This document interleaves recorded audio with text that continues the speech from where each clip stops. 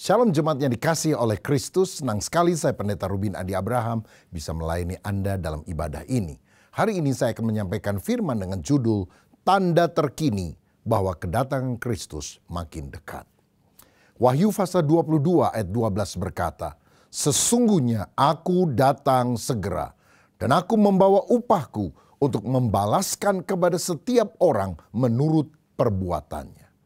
Saudara, kita sedang hidup pada akhir zaman, tanda-tanda kedatangan Kristus makin lama makin jelas bahwa tidak lama lagi Tuhan akan datang kembali. Orang yang percaya dan hidup taat akan menerima pahala dari Tuhan, sedangkan orang yang tidak percaya akan dihukum oleh Tuhan. Saudara sekalian, saya membaca ada yang disebut sebagai jam kiamat, Doomsday Clock, yang digunakan oleh Bulletin of the Atomic Scientists, yang menjadi simbol seberapa dekat dunia ini dengan kehancuran akibat perang nuklir, perubahan iklim, atau ancaman lain yang menghancurkan dunia. Setiap tahun para ilmuwan dan ahli kebijakan global menyesuaikan dalam tanda kutip jarum jam ini berdasarkan kondisi dunia. Nah, di tahun 2025 ini dikatakan bahwa jam kiamat sudah menunjukkan 89 detik menuju tengah malam. Artinya dunia ini sudah tua, kiamat sudah di ambang pintu karena peningkatan ancaman global terjadi di seluruh jagat semesta ini. Nah, banyak orang yang mengaitkan tanda akhir zaman dengan beberapa fenomena global ini. Saya akan menjelaskan secara ringkas 5 hal, 5P. Yang pertama, perang yang melibatkan Israel dan Rusia. Dalam Matius 24 ayat 6 dan 7 dikatakan kamu akan mendengar deru perang atau kabar-kabar tentang perang. Namun berawas-awaslah, jangan kamu gelisah sebab semuanya itu harus terjadi. Tetapi itu belum kesudahannya. Sebab bangsa akan bangkit melawan bangsa dan kerajaan melawan kerajaan. Akan ada kelaparan dan gempa bumi di berbagai tempat. Ayat-ayat ini menyebutkan bahwa perang di samping kelaparan dan gempa bumi sebagai tanda akhir zaman. Saudara sekalian, konflik Israel dengan negara-negara di Timur Tengah, juga Iran yang didukung oleh Rusia, sering dikaitkan dengan akan terjadinya perang yang Alkitab menyebut dengan istilah Gog dan Magog. Ini ditulis dalam Yehezkiel 38 dan 39. Negara dari utara sekali, menurut Yehezkiel 38, yang diyakini sebagai Rusia akan menyerang Israel.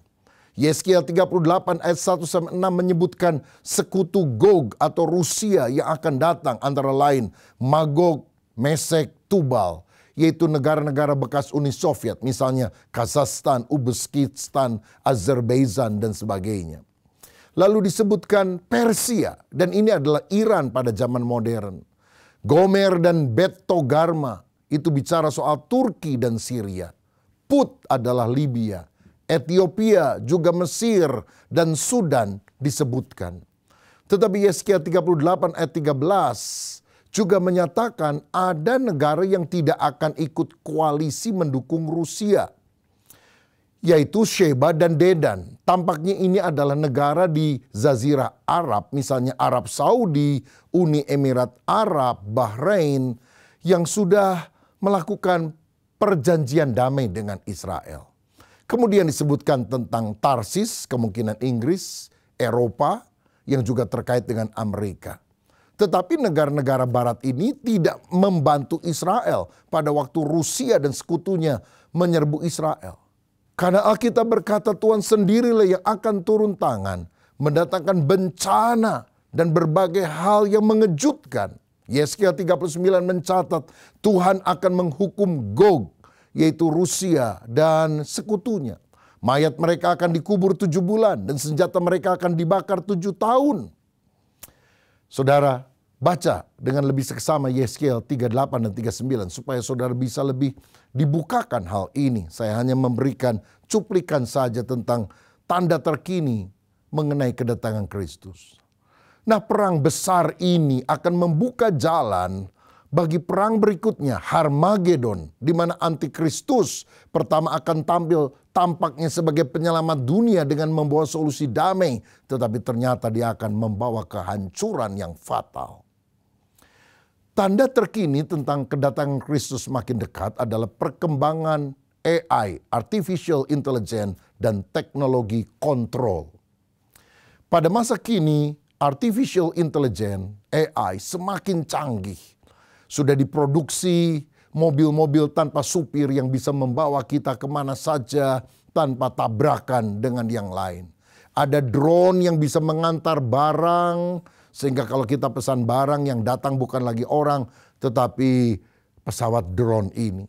Atau drone juga menjadi senjata jarak jauh seperti yang digunakan Israel untuk membunuh orang-orang yang ada di Iran, yang ada di Lebanon, menjadi senjata yang menakutkan.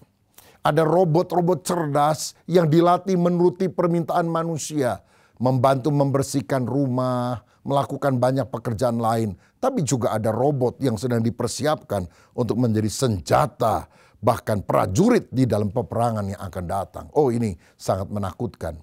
Ada kekhawatiran bahwa kecerdasan buatan ini bisa digunakan untuk kontrol secara total terhadap manusia. Teknologi seperti chip implant, digital ID, dan pengawasan biometrik tampaknya bisa mendukung sistem tanda binatang 666 dari Wahyu 13 ayat 15 sampai 18. Dikatakan, dan kepadanya diberikan kuasa untuk memberikan nyawa kepada patung binatang itu, sehingga patung binatang itu berbicara juga dan bertindak begitu rupa sehingga semua orang yang tidak menyembah patung binatang itu dibunuh. Apakah ini adalah semacam patung robot dengan kemampuan AI sehingga tampaknya menjadi sesuatu yang hidup, yang bisa berbicara dan menjawab orang yang bertanya dan memberikan perintah? Kita lihat perkembangannya nanti. Ayat 16, dan ia menyebabkan sehingga kepada semua orang kecil atau besar, kaya atau miskin, merdeka atau hamba diberi tanda pada tangan kanannya atau pada dahinya. Dan tidak seorang pun yang dapat membeli atau menjual selain daripada mereka yang memakai tanda itu, yaitu nama binatang itu atau bilangan namanya. Yang penting di sini ialah hikmat. Barang siapa yang bijaksana, baiklah ia menghitung bilangan binatang itu, karena bilangan itu adalah bilangan seorang manusia dan bilangannya ialah 666. Tapi ada pula yang menafsirkannya secara hurufiah, bahwa ini akan menjadi semacam chip implant atau AI yang coba dimasukkan di dalam diri manusia. Atau dua-duanya bisa merupakan tafsiran yang benar atau saling berhubungan. Kita tidak mau berspekulasi, tetapi kita harus waspada. Elon Musk dikenal sebagai orang salah satu yang terkaya di dunia pada masa kini dengan proyek futuristiknya seperti Neuralink, chip di otak, Starlink, internet global via satelit, dan Tesla AI, mobil cerdas. Beberapa orang melihat teknologi ini sebagai bagian dari persiapan menuju tanda binatang 666 itu, di mana manusia harus menerima tanda tertentu untuk bisa bertransaksi dan hidup di dalam masyarakat modern. Neuralink bisa dianggap sebagai cikal bakal pengendalian pikiran atau sistem global yang menghubungkan manusia dengan kecerdasan buatan AI. Sedangkan Starlink bisa dihubungkan dengan sistem komunikasi global yang memungkinkan pemantauan total terhadap umat manusia melalui berbagai cara, antara lain face recognition. Jadi orang dilihat dengan alat ini, wajahnya kelihatan dan langsung semua data tentang kita akan muncul. Saudara, ini merupakan perkembangan yang harus diwaspadai sebagai tanda zaman. Yang ketiga adalah perjanjian damai sebelum aniaya besar terhadap Israel. Nah, ketika Donald Trump menjadi Presiden Amerika Serikat pada periode pertama tahun 2017 sampai 2021 yang lalu, dia memindahkan kedutaan besar Amerika Serikat dari Tel Aviv ke Yerusalem tahun 2018. Kemudian dia juga berhasil melakukan perjanjian damai yang disebut sebagai Abraham Accord antara Israel, Uni Emirat Arab, dan Bahrain pada tanggal 15 September 2020 disusul oleh negara Sudan dan Maroko. Abraham Accord itu sebuah perjanjian damai di mana semua keturunan Abraham atau Ibrahim yang beragama Yahudi, Islam, dan Kristen harus hidup rukun karena bapaknya sama. Nah, perjanjian ini dipandang sebagai langkah signifikan dalam diplomasi Timur Tengah, terutama dalam hubungan Israel dengan negara-negara Arab. Jared Kushner, menantu dari Donald Trump, suami dari Ivanka Trump, adalah arsitek utama di balik Abraham Accord ini. Perannya dalam negosiasi ini membuatnya menjadi figur yang diperhatikan dalam spekulasi tentang akhir zaman. Nah, ketika Donald Trump kini kembali menjadi Presiden Amerika Serikat pada periode kedua, yaitu tahun 2025 sampai 2029 nanti, tentu dia akan melanjutkan kembali perjanjian damai itu dengan negara yang lebih luas dan banyak. Nah, di dalam Daniel 9 ayat 27, dalam Alkitab disebutkan, Raja itu akan membuat perjanjian itu menjadi berat bagi banyak orang selama 1 kali 7 masa atau 7 tahun. Pada pertengahan 7 masa itu, 3,5 tahun, dia akan menghentikan korban sembelihan dan korban santapan, dan di atas sayap kekejian akan datang yang membinasakan sampai pemusnahan yang telah ditetapkan menimpa yang membinasakan itu. Nah, ayat ini bilang nanti akan ada seorang raja yang diyakini sebagai antikris yang akan membuat perjanjian selama 7 tahun dengan Israel, tapi dia akan membatalkan perjanjian itu setelah 3,5 tahun. Rupanya 3,5 tahun pertama bait Allah bisa dibangun kembali, tapi kemudian 3,5 tahun berikutnya dia ingin disembah sebagai raja dan membunuh setiap orang yang tidak mau taat. Saya tidak bermaksud ini adalah Donald Trump tentunya.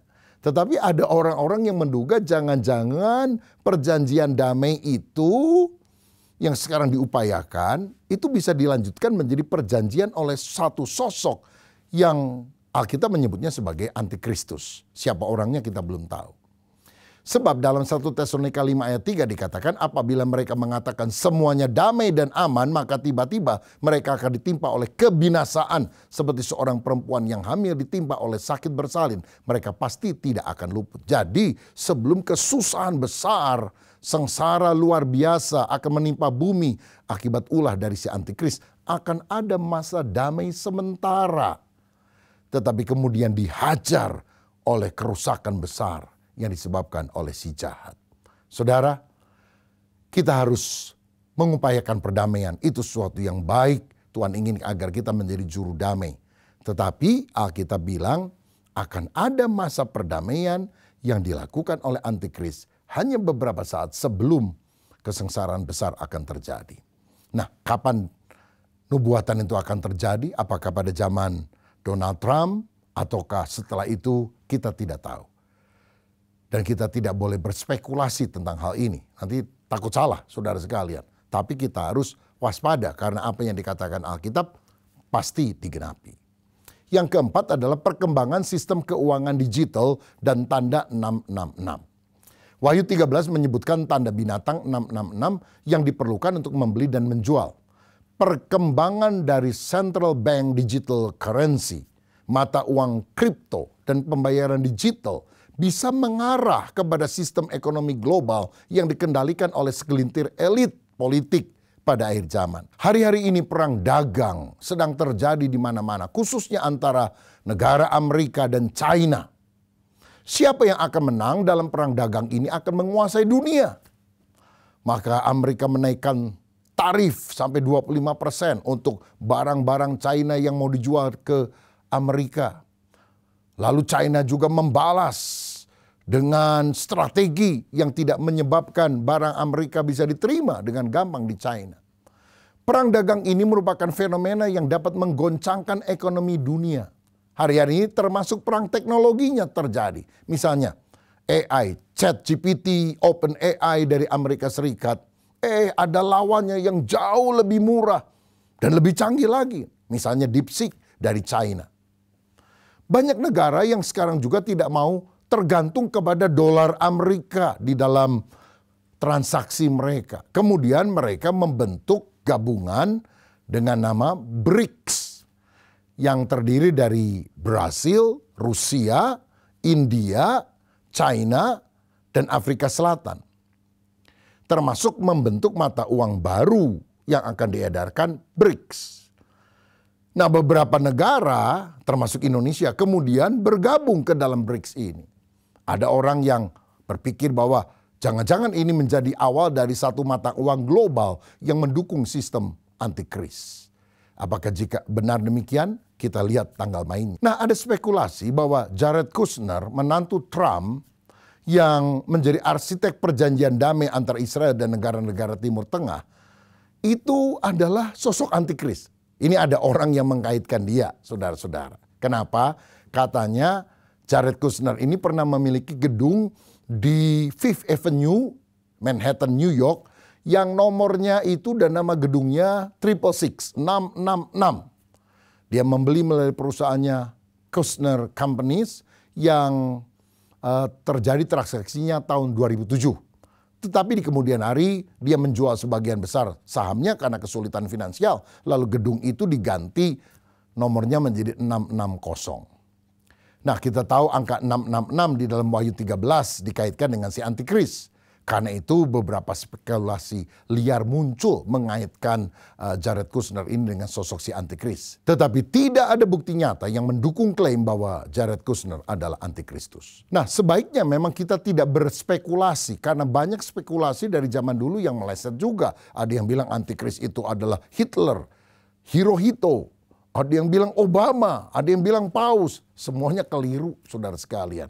Tapi memang dua nama ini, Jared Kushner dan Elon Musk, dikait-kaitkan dengan sosok yang barangkali akan membuka jalan bagi si antikris. Kita perlu berdoa, melihat tanda zaman, tapi tidak boleh menuduh-nuduh kalau tidak ada bukti jelas tentang hal itu. Yang kelima, persiapan pembangunan Bait Allah dan munculnya lembu merah. Saudara, kita perlu tahu bahwa Bait Allah yang pertama dibangun oleh Salomo dengan sangat megah. Tapi kemudian dihancurkan oleh kerajaan Babel di bawah Nebukadnezar tahun 586 sebelum Masehi. Israel kemudian ditawan 70 tahun ke Babilonia. Setelah mereka balik, mereka membangun kembali Bait Allah. Jadi dari reruntuhannya dibangun Bait Allah yang kedua, yang lebih kecil, tidak terlalu megah. Tapi di kemudian hari diperluas oleh Raja Herodes. Tapi kemudian Bait Allah kedua ini dihancurkan oleh Kekaisaran Roma pada tahun 70 Masehi. Sehingga Yahudi mengalami diaspora terserak ke seluruh dunia. Yang tersisa hanyalah The Wailing Wall. Tembok di Yerusalem Timur, tembok ratapan di mana orang-orang Yahudi berdoa di sana. Menangisi dan merindukan dibangunnya kembali Bait Allah itu. Di kemudian hari, dinasti Umayyah, Islam pada abad ke-7, tahun 691 Masehi dan selanjutnya, mendirikan di lokasi tersebut yaitu Dome of the Rock, masjid di sana. Nah, kalau pada zaman ini Bait Allah akan dibangun di atas masjid Dome of the Rock, apakah masjidnya harus dihancurkan dulu? Wah, ini bisa jadi perang agama yang besar dan ini menjadi hal yang sangat sensitif sekali.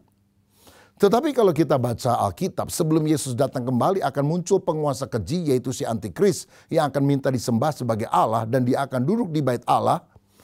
Jadi berarti Bait Allahnya harus dibangun kembali. 2 Tesalonika 2 ayat 3-4 saya bacakan. Janganlah kamu memberi dirimu disesatkan oleh orang dengan cara yang bagaimanapun juga, sebab sebelum hari itu haruslah datang dahulu murtad dan haruslah dinyatakan dahulu manusia durhaka yang harus binasa, yaitu lawan yang meninggikan diri di atas segala yang disebut atau yang disembah sebagai Allah. Bahkan ia duduk di Bait Allah dan mau menyatakan diri sebagai Allah. Nah, jadi si antikris akan menguasai Bait Allah, berarti Bait Allahnya harus dibangun dulu, lalu dia ingin disembah sebagai Allah. Yang tidak mau masuk dalam aniaya besar, dibunuh, dibantai oleh si antikris. Nah, saudara-saudara, jadi pembangunan Bait Allah itu sedang dirancangkan, terutama oleh orang Yahudi, bukan oleh orang Kristen ya saudara. Nah, pembangunan Bait Allah ketiga di Yerusalem ini merupakan topik yang kompleks dan sensitif yang melibatkan aspek keagamaan, sejarah, dan politik. Tapi persiapan pembangunannya telah dilakukan oleh orang Yahudi. Beberapa organisasi di Israel seperti The Temple Institute itu berfokus pada mendirikan kembali kuil Yahudi di Temple Mount dan memulihkan praktek persembahan hewan yang pernah dilakukan pada zaman dahulu kala. Persiapan yang dilakukan meliputi pembuatan replika peralatan ibadah di Bait Allah dan juga pelatihan para imam sesuai dengan hukum Taurat. Namun bagaimana dengan lokasinya yang kini sudah ada Masjid Dome of the Rock? Beberapa penelitian terakhir menunjukkan ternyata kemungkinan pembangunan Bait Allah itu dilakukan di sebelah utara dari Masjid Dome of the Rock. Memanfaatkan area terbuka yang ada. Jadi tidak persis pada masjidnya, tapi di sampingnya. Menurut Alkitab dan arkeologi, Bait Allah itu di tempat pengirikan Ornan, 2 Tawarikh 3 ayat 1. Di atas mata air Gihon, 1 Raja-Raja 1 ayat 33. Di Dome of the Rock tidak ada air mengalir, hanya ada batu besar. Padahal Yesus sendiri pernah bilang tidak ada batu yang akan bertumpuk lagi di sana. Jadi tempatnya mungkin adalah di samping utara dari masjid.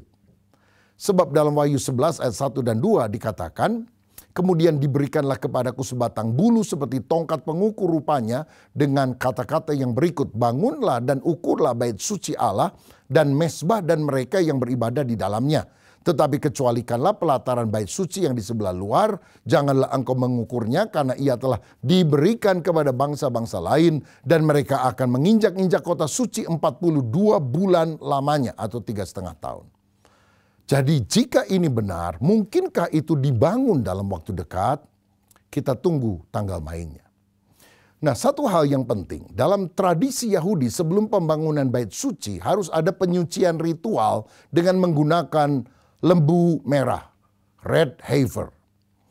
Dalam kitab Bilangan pasal 19 misalnya ditunjukkan bahwa dibutuhkan lembu merah yang sempurna, betina, tanpa cacat, untuk digunakan dalam upacara pentahiran bagi orang Israel kuno yang bersentuhan dengan mayat. Dan ini juga penting ketika orang mau membangun kembali Bait Allah. Abunya dianggap penting untuk menyucikan tempat ibadah.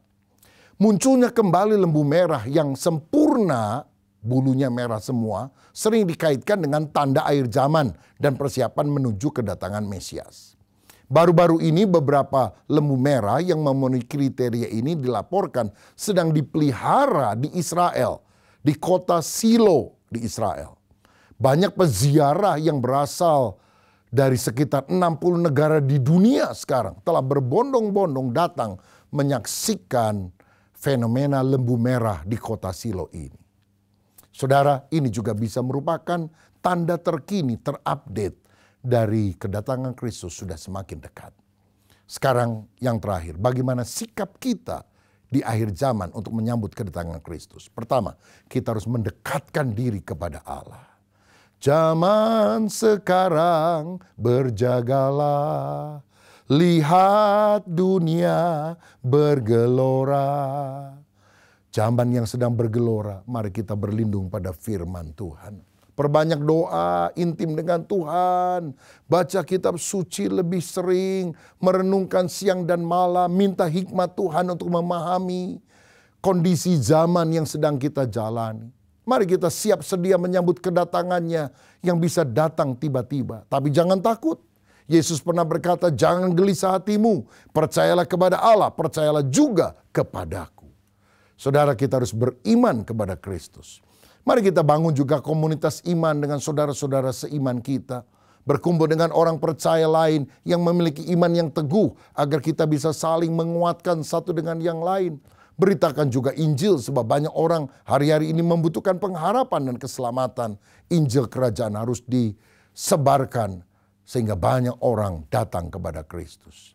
Yang kedua, kita harus mewaspadai tipu daya duniawi. Jangan mudah percaya informasi di internet, tapi uji segala sesuatu dengan menggunakan lensa firman Allah. Apakah itu benar atau tidak? Jangan biarkan ajaran sesat, jangan biarkan godaan duniawi menjatuhkan kita dalam dosa. Mari kita matikan keinginan daging, taat pada kehendak Allah. Saya baca dalam 2 Petrus 3 ayat 10-13 bahwa langit dan bumi ini akan lenyap oleh nyala api. Tapi kemudian Tuhan akan menciptakan langit baru dan bumi baru. Jadi betapa suci dan salehnya kita harus hidup. Kita yang menantikan dan mempercepat kedatangan hari Tuhan itu. Dan yang terakhir, kita harus menghindari sistem yang mengarah pada kontrol total. Saudara, waspada terhadap teknologi yang mengontrol kebebasan manusia. Apalagi bila itu dimasukkan ke dalam tubuh seperti chip implant atau AI yang bisa menyatu dengan tubuh kita. Persiapkan diri untuk menghadapi kemungkinan kesulitan ekonomi atau krisis global. Mari kita hidup bijaksana, tidak boros, dan selalu mengikuti petunjuk Tuhan. Tidak berarti kita harus anti kepada AI, anti kepada perkembangan teknologi, tapi bila itu mengarah untuk mengontrol seluruh umat manusia, sehingga tidak bisa lari kemana-mana, bisa terpantau dimanapun, kita harus berpikir ulang apakah kita perlu terjerat terus dalam teknologi seperti itu yang membahayakan. Nah, banyak tanda yang terjadi di dunia saat ini sesuai dengan nubuat dalam kitab suci. Namun kita dipanggil bukan untuk takut, tapi untuk berjaga-jaga, beriman, bersiap menghadapi tantangan. Supaya kita tidak kaget karena kita tidak pernah tahu hal ini dan kita terjerat dalam situasi yang menuju zaman antikris itu. Yang terpenting kita tetap dekat dengan Tuhan. Karena hanya Dia yang dapat memberikan perlindungan sejati kepada kita. Dan barang siapa setia sampai mati, Tuhan akan memberikan mahkota kehidupan kepada kita. Saudaraku, tanda-tanda yang terupdate terkini sudah makin nyata di depan kita. Mari kita tidak tidur secara rohani. Bangkitlah, jadilah terang. Karena kemuliaan Tuhan bersinar dalam hidup kita. Mari kita berdoa. Bapa, terima kasih untuk kebenaran firman-Mu. Ada banyak misteri yang Tuhan akan makin singkapkan dalam hidup kami. Biar kami tidak gentar karena kami tahu Tuhan akan datang. Dan kami akan diangkat menyongsong Tuhan di awan-awan. Masuk ke dalam kerajaan sorga. Sedangkan orang yang tidak percaya ditinggalkan menghadapi sengsara antikris. Biar kami hidup takut akan Tuhan. Mengutamakan Engkau. Sehingga waktu Engkau datang bukan seperti pencuri, tetapi seperti mempelai pria yang menyambut mempelai wanita, yaitu kami, yang berpakaian lenan halus yang berkenan kepada Tuhan. Maranatha, ya Tuhan, datanglah dengan segera. Dan biarlah kami disucikan supaya berlayak pada hari kedatangan Kristus. Berkat-Mu atas kami dalam nama Yesus. Amin. Tuhan memberkati.